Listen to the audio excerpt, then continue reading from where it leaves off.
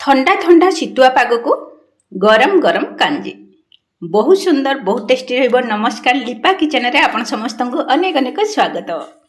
आम ओडिशार पारंपरिक खाद्य कांजी।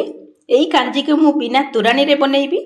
बहुत सुंदर रहिबो। जो माने भी कांजी आगुरु खाइथिबे ताहले कांजीर टेस्ट तांको नाक पाखरे बास्ना मध्य आसी जाइथिबो आ पाटिरे स्वाद मध्य आसी जाइथिबो।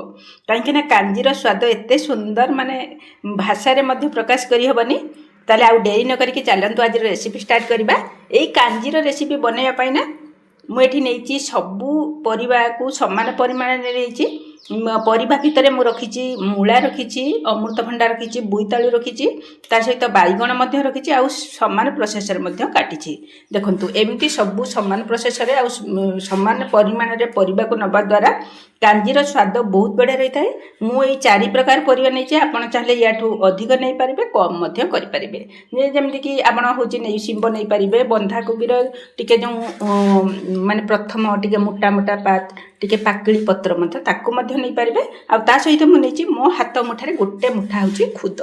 खुद जदि आपण पाखरे नथिबो ताले आपण चाउल को माने 15-20 मिनिट भिजेई कि ताकू हल्का रफ मोड रे आपण ग्राइंडिंग करी खुद बनै पारे आ ताकू मध्य पानी रे भिजेई पारिबे 20-25 मिनिट। खुद को नै सैला परे मु एठी एकदम पूरा फ्रेश पेज नैची। पेज भितर मुझे 3-4 ग्लास पाखापाखि पेज नहीं। आ पेजटा को आम जो नबा ना एकदम पूरा ठंडा करके नबा। ता सहित आम पेज को गोटे बड़ पात्र होची ऐड करदबा। आ जो खुद को आम 20-25 मिनिट भिजई ना ताकू मध्य ता भितर ऐड करनबा। जेहेतु पेज आमर एकदम बहलिया अच्छी तेणु पेज को टिके पतला करिया पाई ना मुझे गोटे ग्लास होची सादा पानी ऐड करछि। यही सब जिनस दे सारा पर आम परिबा भितर जोड़ाक माने मोटा परिबा माने बेसी समय लगे आमर सिझा लगे से सब मोटा परिबा को आम देदेबा। जमी मूला है, अमृतभंडा है, बोईताळू है, से सब जिनस को आम प्रथम होची ऐड करनबा। गैस उपर आम एकदम पूरा हाई फ्लेम करके बसईदेबा।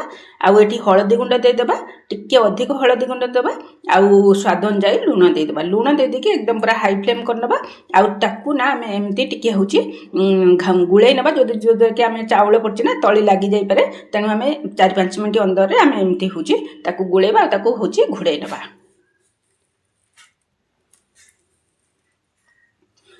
एठी एई भलिया प्रोसेस रे आमे कोन करबो ना कंटिन्यू 15-16 मिनिट पाखापाखि आमे ता कुक होबा ପାଇଁ छाड़िबा। काहे ना हमर परिबा हमर सिजिबार अछि।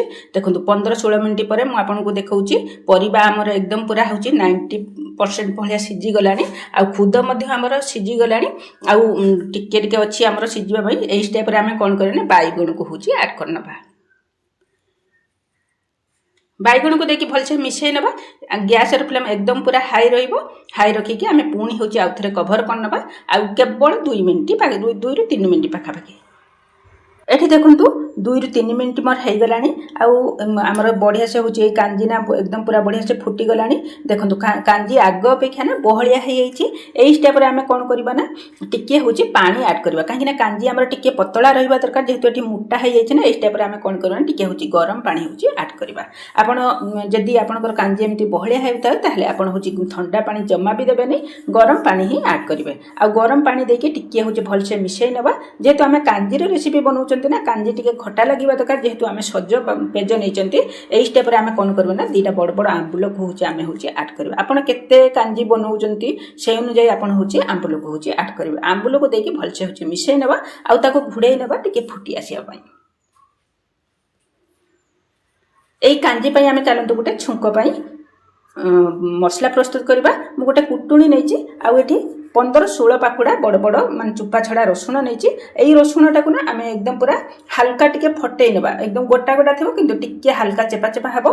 बस एति आपन को मु देखै दउची। देखंतु एकदम पूरा गोटा गोटा अछि किंतु हल्का चेपा चेपा हेची। एई भलिया ही आपन रसुणटा को होची छेचिबे। अधिक चुना चुना करिवेनी, किंतु कांजी जेतेले खाइबे ना पाटी की लागिबनी, स्वाद मध्य कमी जिवो। देखंतु रसुण को मथरा सब छेची नैची। एठी देखन कांजी हमर भलसे होची फुटी जाईची।